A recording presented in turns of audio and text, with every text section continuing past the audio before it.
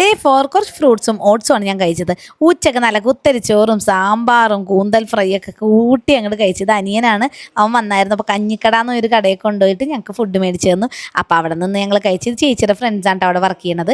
അത് കഴിഞ്ഞ് ഞങ്ങൾ മിറാക്കിൾ ഗാർഡനിൽ പോയി. അത് കഴിഞ്ഞ് ഗ്ലോബൽ വില്ലേജിൽ പോയി.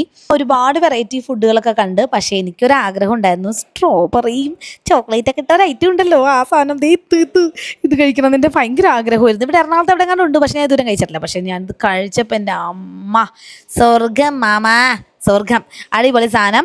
അത് കഴിഞ്ഞ് നമ്മുടെ ഒരു സബ്സ്ക്രൈബറെ കണ്ടു. അപ്പോൾ ആളെ എനിക്ക് ഒരുപാട് വെറൈറ്റി ഫുഡുകളൊക്കെ മേടിച്ചുകൊണ്ട്, ഇത് മാത്രമല്ല ഒരുപാട് വെറൈറ്റി മേടിച്ച് തന്ന്. അയ്യോ, എനിക്ക് ഭയങ്കര സന്തോഷമായി. എനിക്ക് ആദ്യമായിട്ട് അങ്ങനെയൊക്കെ ഒരാൾ തന്നെ. ഇതാണ് കേട്ടോ, ബാസില എന്നാണ് പേര്. അപ്പോൾ ആളെന്നെ കാണാൻ വേണ്ടി വന്നതും കൂടിയാണ്. അത് കഴിഞ്ഞിട്ട് ഞങ്ങൾ ഡിന്നർ കഴിക്കാൻ പോയി. ഇതൊക്കെ ഐറ്റംസൊക്കെ അടിച്ച് കയറ്റിയോണ്ടാണെന്നറിയില്ല, വലിയ വിശപ്പങ്ങൾ ഉണ്ടായിരുന്നില്ല. അവസാനം എല്ലാം കഴിഞ്ഞൊരു തളർന്നൊരു കിടപ്പ് കിടന്നു. അപ്പോൾ bye bye bye bye, next വീഡിയോയിൽ കാണാം. ആ